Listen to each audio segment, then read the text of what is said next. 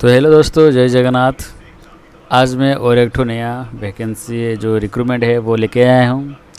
ये रिक्रूटमेंट बहुत ही big opportunity है उन लोगों के लिए जिनका जो ड्रीम रहता है वो कोई इंटेलिजेंस ऑफिसर बन जाए, देश की सेवा करे, एजेंट की तरह रहता है। तो ये जो पोस्ट है ये इंटेलिजेंस ब्यूरो की तरफ से आउट हुआ है।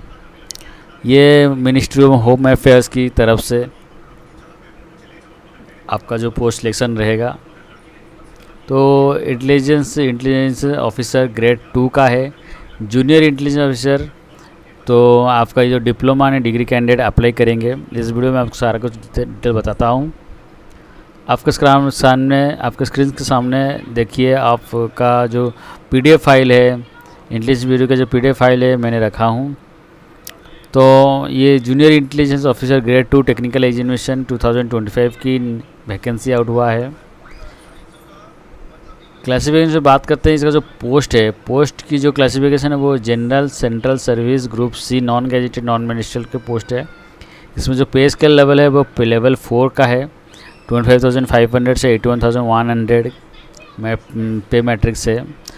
उसके साथ आपका सेंट्रल गवर्नमेंट का अलाउंसेस वगैरह सारा कुछ जोड़ा जाएगा। उसके साथ आपका special security allowances 20% of the basic पे आपको दिया जाएगा। प्लस कंपनसेशन भी आपको मिलेगा अगर आपका जो कोई हॉलीडे है, ऑफ डे है, उसमें अगर आपको ड्यूटी करना पड़ता है तो आपका कंपनसेशन भी रहता है।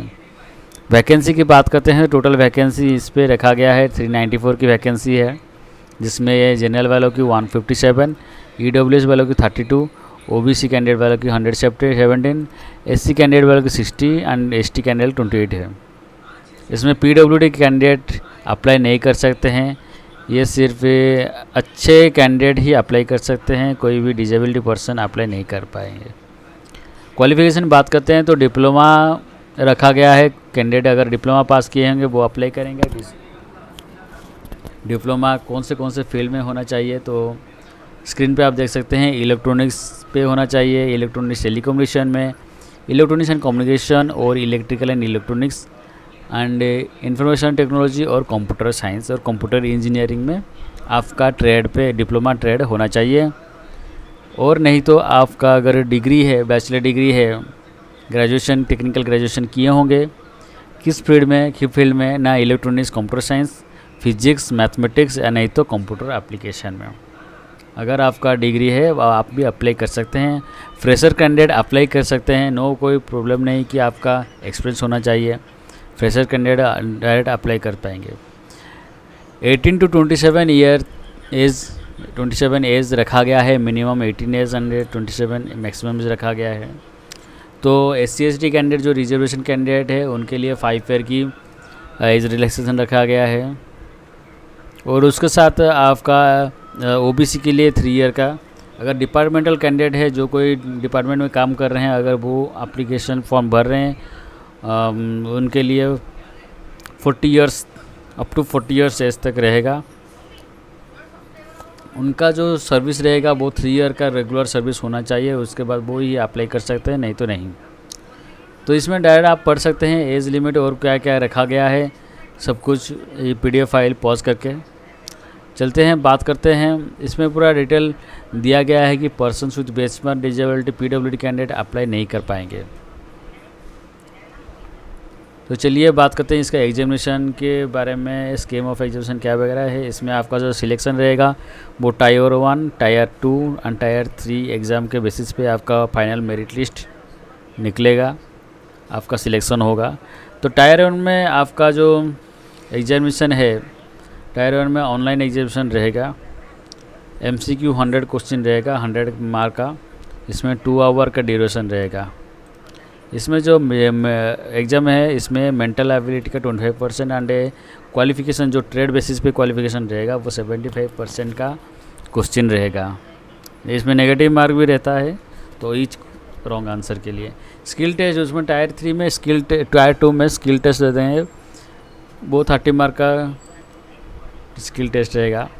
क्वालिफिकेशन के बाद आपका स्किल टेस्ट रहेगा, वो पर्टिकुलरली उनके ऑफिस में आपका स्किल टेस्ट देना पड़ेगा। उसके बाद वो क्वालिफाई के बाद आपका टायर 3 में इंटरव्यू, फाइनल जो इंटरव्यू पर्सनालिटी टेस्ट रहेगा वो 20 मार्क का रहेगा। CTF एग्जामिनेशन की बात करते हैं, ये सारा डिटेल दे दिया गया, आपका कौन सा स्टेट में, आपका कौन सा सिटी में आपका एग्ज़ाम होगा, उसी हिसाब से आप चॉइस फिलिंग कर सकते हैं एप्लीकेशन के दौरान में। अब नीचे बात करते हैं कैसे आपका सिलेक्शन होगा, मतलब टायर 1 का जो एग्ज़ाम है उसमें आपका कौन सा क्वालिफाइंग मार्क रहेगा तो आप क्वालिफाई हो सकते हैं। तो जनरल कैंडिडेट वालों के लिए 35 रखा गया है, OBC के लिए 34 रखा गया है, SC/ST के लिए 33 एंड EWC के लिए 35 मार्क रखा गया है। टोटल 100 से आप क्वालिफाई हो सकते हैं। उसके बाद आपका जो स्किल टेस्ट है, स्किल टेस्ट के लिए आपका वैकेंसी के हिसाब से आपको 5 कैंडिडेट लिया जाएगा। एक वैकेंसी में पोस्ट के लिए आपका 5 कैंडिडेट लिया सिलेक्शन होगा। उसके हिसाब से आपका टायर 2 एंड टायर 3 का दोनों का आपका सिलेक्शन रहेगा। तो ओपनिंग डेट कौन से डेट पे रखा गया है, वो ना ओपनिंग डेट रखा गया है 23 अगस्त है, मतलब 23 अगस्त से शुरू हो चुका है एप्लीकेशन वगैरह। क्लोजिंग डेट रखा गया है 14/9 तक रखा गया है क्लोजिंग डेट। उसमें आपका मैं बता दूंगा नीचे आपका कितना फ़ी वगैरह लगेगा। तो इसमें जो last date of application fee रहता है वो 16/9 मतलब 16 सितंबर तक रहेगा आपका आप फ़ी वगैरह पेमेंट करने का।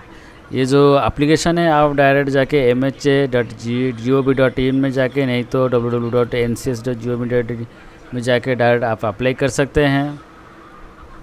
अगर आपका कोई कुछ भी प्रॉब्लम होगा, मतलब आपका लिंक नहीं ढूंढ पा रहे हैं या कुछ वगैरह एप्लीकेशन फॉर्म पे नहीं जा पा रहे हैं, तो मैं लिंक में ही डिस्क्रिप्शन में ही लिंक दे दूंगा, वहाँ पे जाके डायरेक्ट आप क्लिक करके अप्लाई एप्लीकेशन फॉर्म तक जा सकते हैं। ये सारा कुछ रजिस्ट्रेशन प्रोसेस के बारे में है, तो आप इसको पॉज मार के भी आप पढ़ सकते हैं। अभी फ़ी के बारे में आपको बता देता हूँ कितना एग्जामिनेशन फ़ी वगैरह रहेगा। मतलब ऑल कैंडिडेट के लिए 550 रहेगा। उसके साथ मेल कैंडिडेट जो कोई है, जनरल कैंडिडेट और EWS एंड OBC कैंडिडेट, उनके लिए 100 एग्जामिनेशन चार्जेस रहेगा। उसके साथ प्रोसेसिंग फ़ी वगैरह 550 रहेगा, तो टोटल 650 रहेगा। और SC/ST and other candidate, women candidate जो फीमेल कैंडिडेट है उनके लिए 550 वगैरह चार्जेस वगैरह रहेगा एग्जामिनेशन फ़ी के लिए। कैंडिडेट जो एक्स सर्विसमैन हैं, जो कोई सर्विस कर रहे हैं अभी भी, तो उनके लिए भी वही 650 के वगैरह फ़ीस वगैरह रहेगा।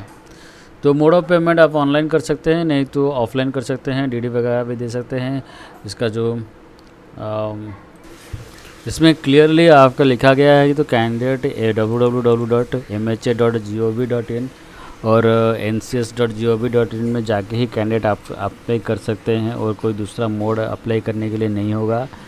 अगर आपको कुछ लिंक नहीं मिल रहा है, आप रजिस्ट्रेशन प्रोसेस तक नहीं जा पा रहे हैं, ऑनलाइन एप्लीकेशन फॉर्म नहीं मिल रहा है, मैं डिटेल्स डिस्क्रिप्शन में लिंक दे दूंगा, और वहीं पे क्लिक करके आप डायरेक्ट आपका form registration and form apply कर सकते हैं।